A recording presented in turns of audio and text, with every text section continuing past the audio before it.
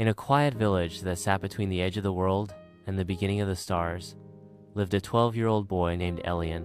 Elian was not like other children. He was born with a rare condition he could only live for 12 years. Doctors had no explanation. His parents had been told from the start, he will live until his 12th birthday, not a day more. As his final year approached, Elian stopped asking for toys or sweets. He began asking questions. Why do people fight? Why do they ignore the stars? Why do they forget to say, I love you? One foggy evening, Elian wandered into the ancient forest no one dared enter. There, he met an old woman wrapped in mist, with eyes that held centuries.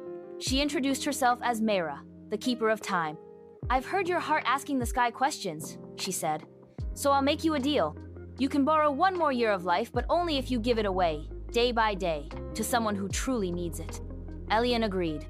And so, each morning, he would walk to town and find someone who was hurting, a mother crying over a lost child, a soldier unable to forget the war, a boy bullied into silence, an old man waiting to die alone. To each, Elian gave a day of his borrowed year. When he did, that person would feel a sudden warmth, a moment of peace, a moment of courage, a moment of love. But every time Elian gave a day, he got weaker. The villagers began to notice this boy, who had nothing, yet somehow gave everything. They asked why. He smiled and said, because time only matters if you give it meaning. On the final day of his borrowed year, Mayra returned. You have no time left, she whispered. I know, Elian said, lying beneath the stars, surrounded by people whose lives he'd touched. And then something impossible happened. The stars flickered.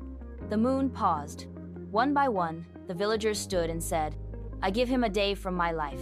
I give a week, a month, a year. And in that moment, Elian's borrowed time became eternal not because he lived forever, but because his kindness would echo through generations. Moral of the story: true magic isn't in spells or stars, it's in the time we give to others. Because the greatest legacy is love shared in borrowed moments.